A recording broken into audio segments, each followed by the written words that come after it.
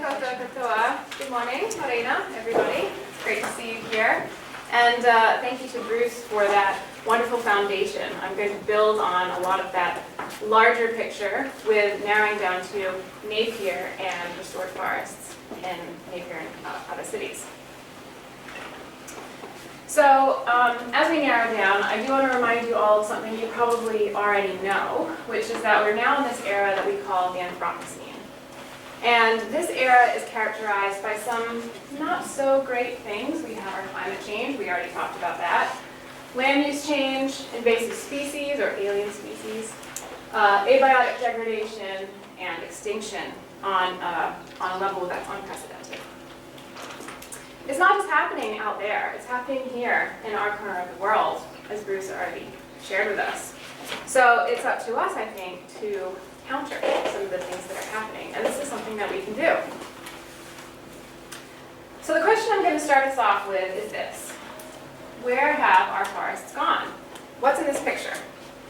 There are certainly a few little remnants of native plants here, but largely we've got introduced Eurasian pasture grasses, and in the background we have our plantations of pine forests.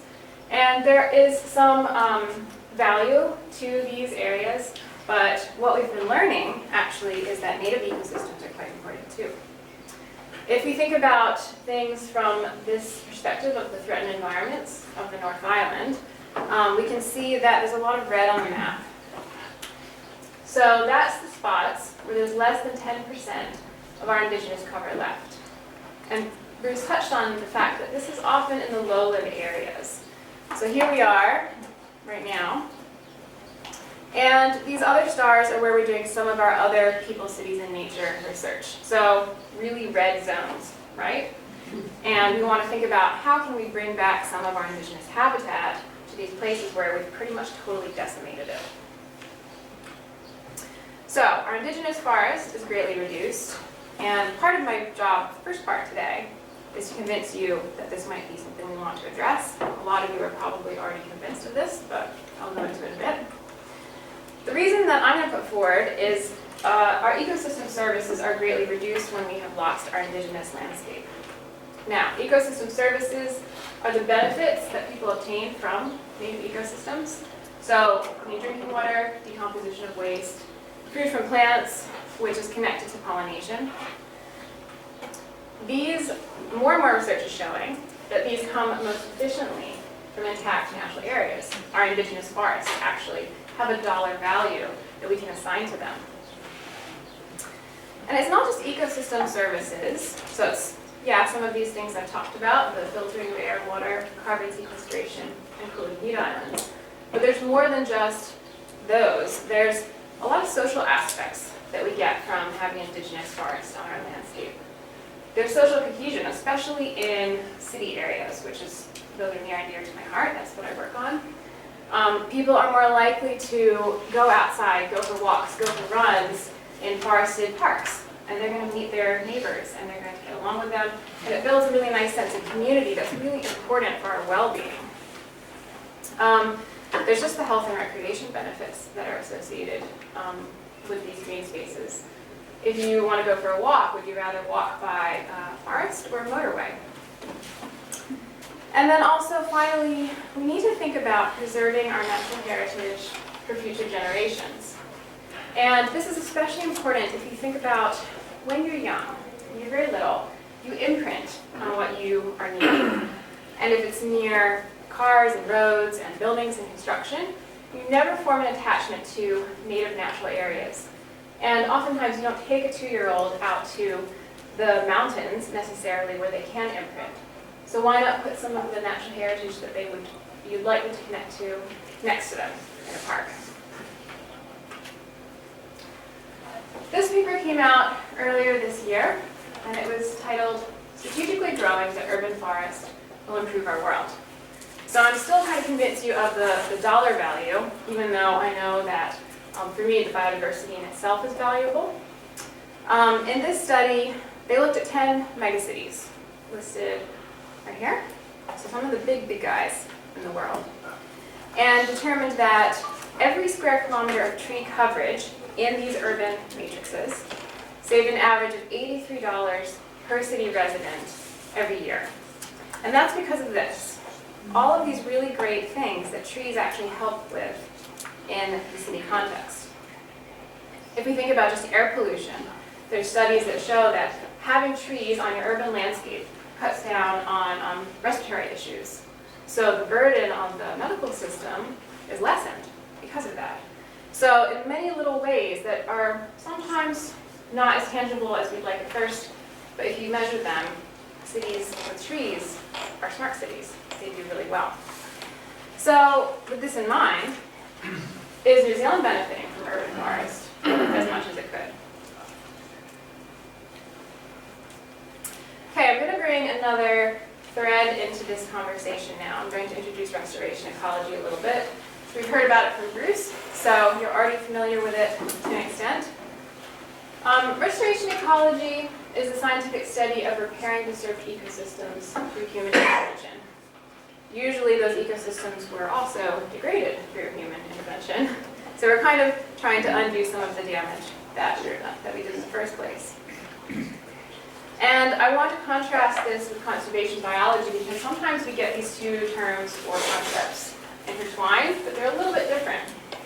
Conservation biology is focused on preventing ongoing degradation. So that's when we create a reserve or we create a park, for example. We set aside a bit of land and say, we're going to try to keep this from getting too degraded. And restoration ecology is repairing some of the damage, maybe after there's been degradation somewhere. And then the next step I want to take is putting together restoration ecology and urban ecology and thinking about, can we grow some of these forests in cities? If we see that it's so valuable to have trees in cities, why not think about putting some back? Especially because we've got a lot of people living in cities, and that's not going to change, it's actually going to increase. And that's on a global landscape. However, look at where we sit here in New Zealand. 87% of us are urban dwellers. So I think probably that emphasizes even more how important it is to make our cities livable, healthy, and beautiful places to be, where we can connect with our natural heritage. So I'm asking this question, and so are lots of other people now. What if we view cities not as a problem, which is kind of what happens sometimes when we think about ecology or native creatures. Cities are just a problem. But they don't have to be. They can actually be a solution. So they can be a spot where we promote biodiversity of our native flora and fauna by restoring it and helping people to enjoy it and reconnect to it. We can make these green spaces for recreation and encourage people to get out and about and be healthy. We can engage in some of these ecosystem services that I was talking about. So actually, it's an investment in our city infrastructure. And finally, this idea that you care about what you know. So if you have become good friends with the native bush patch down the road, you're going to become an advocate for nature there and probably further afield. And that means with your investments, with your voting, whatever it may be. So this is a great way to encourage people to care about nature by replacing some of it right on their doorstep in the city.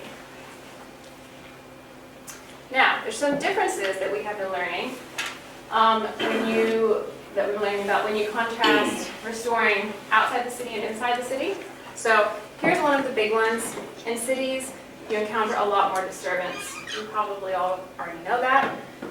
There's a lot of altered soil. There's a very different climate and microclimate in cities. And there's just every pollutant known to man in cities as well. There's also habitat isolation and fragmentation. So what happens is, just by the nature of a city being a city, you have all these little pieces of habitat, and it's hard for the native plants and animals to move around the landscape like they might have done before. This is something that we need to recognize in order to address, but once you have recognized it, you can be strategic and build corridors and connectivity between fragments. So it's just something to take into account. Again, good old pests and weeds. These are extremely present in cities because that's basically the port of call, right? We get species introductions from other countries by plane or by boat, and they come to cities first. So when you're restoring a city, you have to be strategic about knowing what exotic species are present, and if they're going to do a lot of damage to your restoration planting, or if you can ignore them, maybe you can afford to ignore them in some cases. Okay, in some cases, see, this is great, right? But on the city landscape, if you're doing restoration work, a lack of native plant propagules and seeds is actually a major problem. And this is connected with that habitat isolation and fragmentation issue. So recognizing that maybe in a national park, this certain tree or animal can move around and disperse its genes might be occurring there, but in a city, we might need to help that to happen. It might not happen by itself. Now, there's also a number of social differences. In cities, we've got a lot more of us living a lot closer together, and a lot of us have opinions as well. So that's important to think about, not just the ecological side of it, but the social side of it. People have varied values when it comes to trees and when it comes to nature in their backyards. And not all of us have a chance to have a deep breadth of ecological knowledge necessarily, so it's important to be able to learn what we can and maybe even shift the mindset a little bit. Sometimes I encounter this feeling that we are colonizing New Zealand and we're going to clear the forests and make everything into pasture land. And I think we've done that mostly at this point, and it might be time to think about preserving what we've got left and then rebuilding a little bit too. So maybe changing that social paradigm a little bit away from the frontier mindset into let's take care of what we've got now. There can also be human-wildlife conflicts when you start to get all excited about bringing wild things back to the city. This happens more overseas. In the States, there's been coyotes coming into some of the, like Chicago, some of the big cities that are doing a lot of restoration work. Here we have our cheeky birds. So this kaka photo came from Wellington. A few years ago, you might have noticed in the media, the kaka were overflowing out of Zealandia, which was good. They were doing really well. And they were munching on people's trees in their backyards. And most people thought this was hilarious, but some people were not a fan of this, and it was a new thing that they never experienced, and they found it to be not acceptable. And so there was some demonization of the kaka. And so this is just an example of this is what you get when you try to bring native things back to the city. So be ready. It's not a bad thing. It's just new and exciting for us to be dealing with. And then I'm sure many of you are familiar with this idea that in cities you've got a lot of people who have vested interest in some of these public green spaces, and they want the best for them, but there may be different ideas. So there's a lot of cat herding to be done, and this is very important. I have learned more and more that people's opinions are valuable, and it takes a while, but it's really important to engage with all the stakeholders. And kind of, you never know what great ideas will come out if you are willing to do that. So I've kind of boiled this section down to 3 main keys to success, I call it. The first one is, as you're launching into a restoration program and into planting the city, think about moving from the revegetation mindset to the restoration mindset to capture all of the different benefits. And Bruce touched on this as well. So it's not just plunking some native plants in the ground and walking away, but it's thinking about what is the vision long term that you're working towards. What's that goal? And how many boxes do you want to tick? Do you want it to be for biodiversity? Do you want it to be for ecosystem services? Do you want it to be for aesthetic reasons? You can do all of these, I maintain, if you plan carefully. Number 2, patiently and respectfully working together. Because there are so many of us who care about these areas, that's great, but it means we need to take time to listen to each other. And the third key that I'm going to expand on is using scientific underpinning to be efficient and achieve that long-term goal that you might want to see with restoring forests. So there's 3 kind of main realms when you think about restoration work. There's ecological theory at the top here. So this is the concepts and the predictive and mathematical models to explain how ecology works, basically. And it's a field or discipline that's been in existence for growing for more than 100 years. And from that body of theory, we can then build the scientific field of restoration ecology. So that's my field that I work in, and I learn about ecological theory, and I adapt some of those principles towards the end of figuring out how to do restoration work. And then restoration ecology is the underpinning of ecological restoration, which is the actual work that people like yourselves do, where you're planting and you have your boots on the ground and you're trying to do this restoration work and bring things back.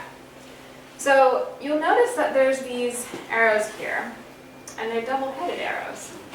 And so what this is saying to us is that, yeah, we can learn from theory, but actually restoration ecology as a discipline can help to grow the body of ecological theory. And ecological restoration on the ground can help build the discipline of restoration ecology. We can learn from the work that's happening. And so the idea is that restoration ecology can be this bridge between this larger world of ecological theory, understanding our natural ecosystems, and actually employing some of those principles that we learn work and doing restoration. Okay, so I'm going to say, let's do it, right? Let's progress urban forest restoration by linking into that ecological theory. If there's principles and rules that we know about how nature works, well, let's use that to our advantage, right? We already talked about the successional framework, and that's a great example, because we're taking what we know is tried and true from the ecological theory literature. We know that plants start out with that pioneer phase, and then the mid-successional plants come in, and then the big, really important pillars of the forest ecosystem can then start to grow under that canopy. So we can mimic that in our restoration work, right? We can start by putting in those pioneer species and then carefully layering and building over time. And we can even start, now we're starting to learn what the exact timing is for doing that. And that is all with that long-term vision. We want to end up with that forest ecosystem. We can also learn from the plant competition literature, which is just good old weeds and plants battling it out. There's a lot of literature that talks about plant traits, and if you are strategic, you can plant certain plants that have big root systems, for example, that will outcompete the weeds that might have really weak root systems. So you can think about it strategically that way as well, borrow from that literature that's out there. Right, so hopefully you are all on board, totally convinced. I'm going to tell you about people, cities, and nature, and that green bubble at the top that I work in, right here. So Plantings operates in 9 different cities. You can see here. So there's Napier right at the top. And there's more than just me in the program. Besides the Plantings research aim, there's these other research aims. So I just help with this part, but there's so much cool work going on with the other groups as well. And in my immediate Plantings team, there are 8 of us. So there's 4 staff members. And we're scattered across the University of Waikato, University of Wyoming, and Victoria University of Wellington. And then we have our students. And these guys are wonderful. They work so hard, they collect data, and it's wonderful to see them grow and learn as part of this program. And these are the 2 that work here at Napier. And they couldn't make it this weekend, but they have been to Napier previously collecting data, and they'll be back. So some of you may have chances to meet them at some point. So here's the realms of ecology again, and restoration ecology. And people, cities, and nature sits here. We're supposed to be the bridge. That is our job that the government has assigned to us and funded us to do, that we're going to take this ecological theory that we've been trained in, and we're going to learn from what the plantings on the ground have been showing us, and we're going to help to connect those 2 and grow both of those boxes, help advance ecological theory and help advance ecological restoration. We're going to do this through 2 different objectives. The first objective is the one that is a lot bigger, and I'm going to go into more in depth. In this objective, we use a nationwide chronosequence. So we cover those 9 different cities, that's the nation part, And then the chronosequence means we study plantings that are really young, that have only been planted recently, to plantings that were put in decades and decades ago, like 30, 40, 50, even 60 years ago in some cities. And this lets us look at how the forest plantings change over time. We can't really plant plants and wait for 70 years. So this is the best we can do in that way. And it's used in a lot of other scientific studies and can be a really great approach to do this. One of the things we're looking at is regeneration. We want to understand how, as these forests change over time, how do they affect the microclimate under their canopies, and how does the community composition, so what trees are planted, affect regeneration under the canopy. So to kind of expand on this, we want to look at regeneration because it's an important indicator that you've had restoration success. It's one thing to put plants in the ground and have them grow. That's great. That's an important start. But what you really want to know that you just totally nailed it is that you start to have your forest self-perpetuate. Because then you're not gardening forever. Then you've built a living entity. That's what we want. So you start to see native trees growing under the canopy, hopefully. That's an indicator of success. And you start to see epiphytes colonizing on their own. And epiphytes are just those plants that can grow on trees. And they're quite fussy. So they will not come and colonize until you have created a proper forest. And so if you start to see them growing, that's awesome. Both of these types of plant groups, or suites of plants, are later successional plants, and they're very sensitive to conditions. So we're trying to nail down what are those conditions. How can we build a forest that will let these late successional plants thrive? One of the ways that we try to answer this question is by building mathematical models. And this is something that I enjoy doing, believe it or not. I like to look at, in my PhD work and now with People, Cities, and Nature, I like to measure ecosystem properties along with my team and find out what is most impacting on those indicators of success. If we know what makes those indicators of success happen, then we can manage the forest for those properties. So this is from my PhD work in Hamilton and New Plymouth, and I studied restoration plantings and found that these are the three really crucial ecosystem properties. I studied dozens and dozens of different things, measuring what makes this regeneration happen, what makes it happen the best. And we found that the microclimate is really important. So fluctuations in humidity is a big deal. Little seedlings can't stand the big swing, like really dry during the day and exposed to conditions that are really sunny and desiccating, and then maybe at night it gets super cold, frosty. The soil temperature fluctuations are the same. So we need to have a nice, stable, kind of buffered microclimate in our forests to see seedlings coming back. And then I don't need to tell you guys that herbaceous weeds are also hugely important. So if you have a lot of grass growing there, you can pretty much promise there's not going to be any native seedlings coming up, especially not the late successional tree seedlings. So those three things are really important, but what this model is showing is statistically significant relationships of what is connected to what in an ecosystem. And we found that the canopy openness is what drives these other three vital conditions. So the key story from this, the takeaway, is to reduce canopy openness as quickly as possible if you want to get tree regeneration and epiphyte colonization.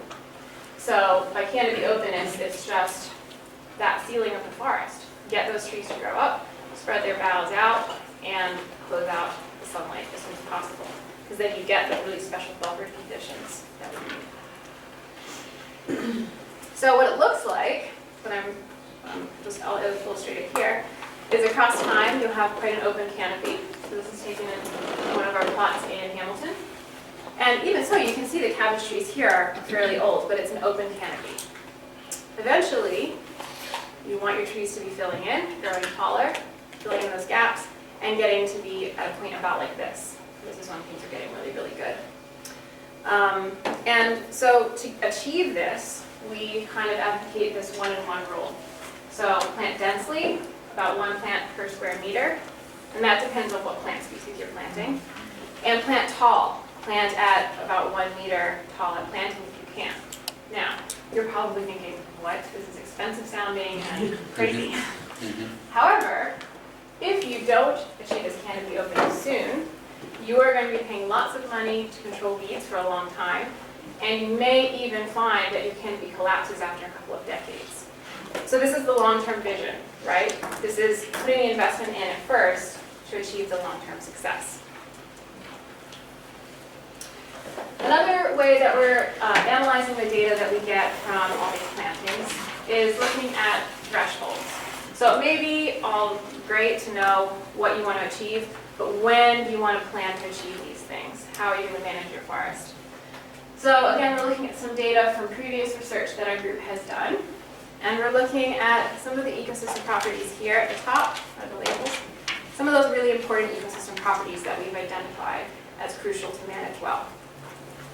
On the x-axis of this plot, I have time since restoration. So here's where you put the first plants into the ground. Like took it from a blank slate, pasture grass or whatever, put plants in the ground, and then these are the years following. On the y-axis, I'm showing canopy openness. And you can see each of these dots is a forest plot of a different age, that over time, canopy openness drops. So the canopy is filling in. This should not probably be shocking us. We know that trees get bigger as they get older, usually. But the important and interesting thing is what happens next. As the canopy openness drops, you have a drop in the fluctuations of humidity. So there's an important statistical breakpoint here, mathematically significant, that is telling us that the humidity is not going woo, woo, woo, up and down really fast every day or every hour or whatever, or between day and night. It's actually nicely buffered, and that's what we want for those seedlings, right? And then right around the same time, in about 20 years, you get an evening out of the soil temperature fluctuations, and with the canopy openness drop, there's a huge drop in herbaceous weed cover, because most of those herbaceous weeds need a lot of sunlight, right? So we're seeing this 20-year threshold emerge when we look at these forest plantings. And that's where we seem to be getting the canopy closure and then all of these linked, really important ecosystem properties coming into alignment just where we want them. So we can actually manage our forest ecosystems to successfully get across that threshold into that stable ecosystem phase. We just have to keep track of the time and what's going on and manage carefully. So we're trying to dig into this even more now, not just in Hamilton and New Plymouth, but across the entire country. We want to see if this principle holds true everywhere. So we're studying these 9 different cities, and we purposely spread them out across the latitudinal gradient because that microclimate seems to be so important, and also the larger climate of an area is important too. There are 9 plots in every city, so that includes here in Napier. And all of these forest plots are native forest plants that have been planted from scratch. Almost all of them from agricultural settings, but we have the odd rubbish tip or quarry, things like that here and there across the landscape. So these are permanent plots, which means we have some iron bars into the ground that we will be coming back to these plots from time to time and remeasuring and remarking them out and seeing how things are changing. And we relocate these using a photo diary kind of, and also a metal detector to find those metal rods under the ground. And we have a special treasure map where we have a key tree that's a unique tree on the landscape and lets us kind of follow compass bearings to refine our plots. We do all this sneaky stuff, not really sneaky, but we don't want the plot to be visible because we find that people will take things if things are very visible. So we let it really unobtrusive. All of our plots are on public land or on QE2 covenants, and they range from, in Napier, 6 to 37 years old. And I want to just give a shout out to Jason Tickner because he is really, really crucial in finding these plots. He took me for a big tour of the city, helping me find the best places to study in Napier. And we do have this one site here in Havelock North as well that suited our purposes. So I can't see well, but this is kind of extreme here. Okay, so I'm going to walk you through them now so you can find out the one that's closest to you, or maybe you've been to. Who knows? And I'll also tell you the age of each one. So here's Halliwell Reserve, and it was planted about 6 years ago, 5 years ago. quite young. Harakeke Reserve, so 7 years old. You can see the little car where we park usually to go to the site too. This is Dolbel Reserve, and we have 3 sites here. In this photo you can see our 8-year-old here, and the 23-year-old here, so these are planted. And if you're coming on a field trip, you're going to get to see these today in real life, and I'll show you where the cedar plot is and what's going on in it. And then here's our 3rd site at Dolbel Reserve, kind of around the hill. This is the Coenso block, and it's also 23 years old. We have one at Westshore Reserve, that's 19 years old. Kadamu Stream that I mentioned in Havelock North. Utakada Park, which is 25, so we're getting a bit older. And this is the oldest one. And this one's kind of an interesting outlier site, Brent's Bush, not far from here. This one's actually on private land, but it is fascinating urban bush patch. I've never been anywhere like it anywhere else in the country. So I made an exception for our study. And also because it's 37 years old, I couldn't find anything else that old in Nape here at all. So we have a plot here as well on this private property. Right, so what do we get up to in these plots after we set them up? We measure a number of different things that we think might be connected to regeneration. We want to find out if they are later. So we measure the topographic index, which is basically a metric that lets us understand how a plot sits in the larger landscape. The main implications that this measurement has are it lets us know about drainage, and it lets us know about sun exposure, so like what face of a hill it's on and that sort of thing. Then we look at what's growing there. We identify all of the tree species. We measure the basal area, so we do that by wrapping tape around the tree, and then we calculate the area of each tree, basically. And we also look at what tree seedlings are regenerating. And that means we count them, and we identify them as much as we can, even little tiny ones. And we tag every single tree with a unique identifier, so we can track these trees. So if you see a tree with a tag on it like that, it could be ours. We look at the herbaceous ground cover and estimate how much there is in each plot. And we measure that all important canopy openness. So we want to know how open is the canopy, how much is the microclimate underneath of it going to be affected by how open it is. And then we also look at the microclimate itself. So we have data loggers out in our plots measuring relative humidity, air temperature, and soil temperature every 4 hours for a whole year. So the ones that are doing the air temperature and humidity look like this. They're housed in these radiation shields. And then there are these little eye buttons that we bury underground, and they're measuring soil temperature and logging it. And this is what a plot setup looks like. So it's a 10 by 20 meter plot, and we have it all divided up in different ways that help us measure the composition, the vegetation composition in the plot. At this point, all of our plots are set up, and the data loggers are deployed across the whole country, North and South Island. And altogether, there's about 4,000 adult trees in the study that we tagged. And for Nape here, our data collection is going to be complete in February. Although it looks like we may have a new addition to our team who's going to start studying the soil fauna. So they might be coming in to be doing some coring and exploring that aspect of the ecosystem too, and how that's growing and is that getting restored and coming back as we plant plants. And at this point, we're just into the very preliminary data analysis of the forest composition. So I'll give you a tiny snapshot of that today. I can't go too in depth because we haven't finished all of our data collection yet. Okay, so these scatter plots are similar to what I was showing you before, and that there's forest age on the x-axis here, and what we're looking at on the y-axis is the basal area. And that is essentially the area that the trees take up in every hectare. If you're looking straight down on the tree, you do the cross-section of it. So it helps us see how big the trees are. And then in the graph itself, I'm showing you each of those plots with the name of the plot. That's those dots there. And so what we're seeing is, as the forest gets older, the trees get bigger, right? Okay, great. So what happens next? Well, the canopy openness drops. So this is real data from nature itself. So we're seeing the same trends happening. It's happening in Hamilton and New Plymouth in that earlier data set. Canopy is getting fuller as the plots age, and the herbaceous ground cover is also dropping in tandem with that, which is just what we want to see. Now, there's some interesting little outliers. What's that guy doing? Harakeke Reserve. Well, I thought, okay, interesting. Usually ground cover is connected to resources like how much sunlight there is. So I looked back at the canopy openness, and lo and behold, look, canopy openness is really low there too.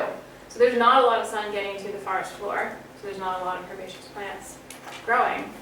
This is because Harakeke Reserve was planted really densely, which is great because we're getting the canopy closure we want really quickly, and senescence of all the weeds.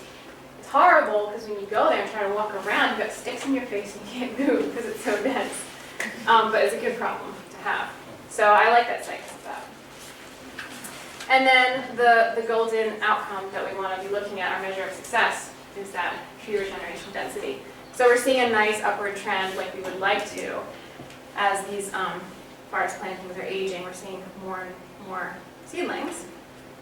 Now, here's what you would get in each of these areas if you were looking at a forest remnant in a city. So not restored from scratch, but actually like left on the landscape and not ever taken away. Basal area would be about here, around 100 square meters per hectare. So here we've got a 37-year-old site that's getting even kind of close at this point, which is nice. For canopy openness, it's quite low. We haven't gotten quite that low at any of the sites yet. And if you think about it, it's quite like sheltered when you walk into a forest, right? Suddenly you can go from like really bright and sunny maybe into like cooler conditions.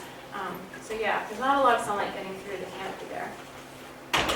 Herbaceous ground cover is very low, sometimes even almost nothing. You're thinking just herbaceous here. And in an urban forest remnant, you would have far more native tree regeneration. And the orange blobs are actual data that we've collected from urban forest remnants. So we've got a ways to go with the regeneration, but it's on the way in the plots that we're measuring here. Okay, so these are the same scatter plots, but I've added in Tauranga to give you a little bit of an idea of what one of our other cities looks like. And it kind of just bulks out our curve a little bit. And you can see that Tauranga and Napier are actually continuing along the same sort of trend there. And I'm going to start layering, along with the students layering, more and more cities. So we're going to, in the end, have a lot of dots. 9 cities worth of dots. And the idea is to see how much they're agreeing with this mean, which is the line here, and if we're getting a significant relationship between these different ecosystem properties. So again, canopy openness, just looking at Tauranga, the blue dots in there, herbaceous ground cover, tree seedling regeneration. We have this trend that is occurring in both cities. So that's nice, that's what I want to see, because this means we've got some general principles going on. And, interestingly, whoa, there's our 20-year threshold going on. And this is interesting to me because I want to know how the 20-year threshold is going to behave in somewhere like Invercargill. I'm willing to bet it's going to get pushed up to maybe a 30-year threshold because the conditions in Invercargill are so much harsher than in Napier or Tauranga, for example. So the principle may hold that there is a threshold, but we just need to be aware of latitudinally where we are when will the threshold kick in.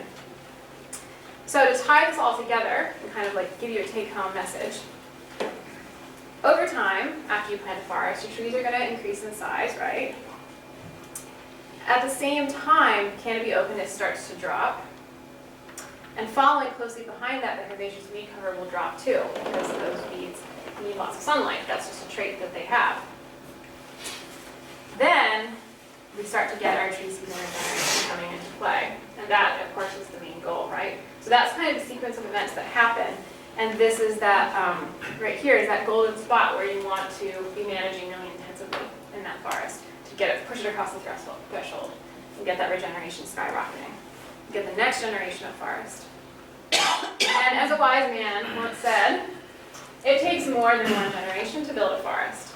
So think about your 20-year threshold, but think further ahead than that, you know, and be passing the reins on to the next person who will be coming after you. So the next objective that we have is just launching, so I'll just touch on it really briefly. is all about enrichment. So it's about purposely putting some of those late successional plants back. Say you've built a forest, you have great conditions, but you don't have some of the late successional forest species you'd like to see. Well, when do you put them back and how? I've started to think about enrichment for late successional forest species as Goldilocks plants because they're really fussy. You don't want it too cold, they can't withstand frost, can't be too dry, they don't want it to be too hot. So you have to give them just the right conditions. You can't skip planting them because they are the pillars of the forest ecosystem and they are going to be that habitat for all the fauna that we want to see come back too. So too fussy at first, but we want to bring them back. There's often no seed bank in urban areas, so you can't expect them to just pop up by themselves. And oftentimes in a city that's fragmented, they don't arrive spontaneously either. So that's usually because of what we talk about as in sciencey terms, metapopulation dynamics, where you may have all these different forest patches in a city or on a landscape, and sometimes creatures and plants can move between them, but sometimes there's a geographical barrier that stops them from moving to a particular patch. And when that happens, it's good for us to recognize it, and we can step in and intervene and plant our enrichment species then, if they're not coming back on their own. So in this experiment, we've been planting these late successional species. So Nemu, Kawakawa, and Griselinia lucida. So we've been planting epiphytes, which is weird for me. I've never planted a plant on another tree before. I've usually put them in the ground. So we've actually been tying them into trees, as you see here, in our plots, in our very same plots. And we are going to measure how these plants grow in the chronosequence. So we're putting some of these into very exposed, very young forests. I'm predicting they'll probably die, but the interesting thing is we'll find out where the threshold for their tolerance is by planting them in forests that are really young to forests that are really old. So same plots, we're just plunking these late successional plant species in to see how they do. Okay, so this is the end of my talk, and I've got a couple slides prepared for you to potentially take photos of if you would like to get out your phone, because these are going to be take-home messages. So to get started with restoration work, making that plan with the long-term goals is really important. Instead of rushing into something and planting a bunch of stuff and then not knowing really where you're going with it. Planting successionally. All these up, sorry, take photos. Plant successionally, so start with those early species, then put in the late ones at the right time. Put in natives because they tick the boxes for lots of ecological reasons and pragmatic logistical reasons, and put the right plant in the right place, like Bruce talked about. Follow the 1-in-1 rule, if possible, and use herbaceous weed control with some restraint. It's important, I think, in the beginning, but then you need to be careful about killing off the next generation of the forest that's growing there. So when you're doing spraying or anything like that, just keep an eye out. And then monitor what you do to see if it's working. If it is, that's great, and if not, then adapt your management. Because everywhere is a little bit different. So we will have larger guiding principles that we're going to try to give to you. It's important for you to look at your own little bit of land and say, it's working or it's not working. Why? If you would like some more resources to get started with your restoration work, you can see a handout that we've specially made for you here in Napier at our website. And there is this wonderful International Society for Ecological Restoration out there. So there's people like us everywhere in the world doing this, and there are habitats in their own countries, rebuilding inside and outside cities. So you can go there and you can actually see this amazing document, the International Standards for Practice of Ecological Restoration. Or you could become a certified restoration practitioner. I just met some people who did this last month. There's an actual program now that you can do this and advertise you know how to do this stuff like a pro. And if you want to make a positive impact here in Napier, probably a lot of you do these things already, but there's working bees everywhere. You can go to NatureSpace and learn a lot about restoration, ecology stuff that's happening in your area. And make submissions, for sure. Like, make your voice heard, because it really matters. Every single submission matters when it comes to how reserves are managed, and that's a way you can show your support and get resources allocated to get some of this really important work done.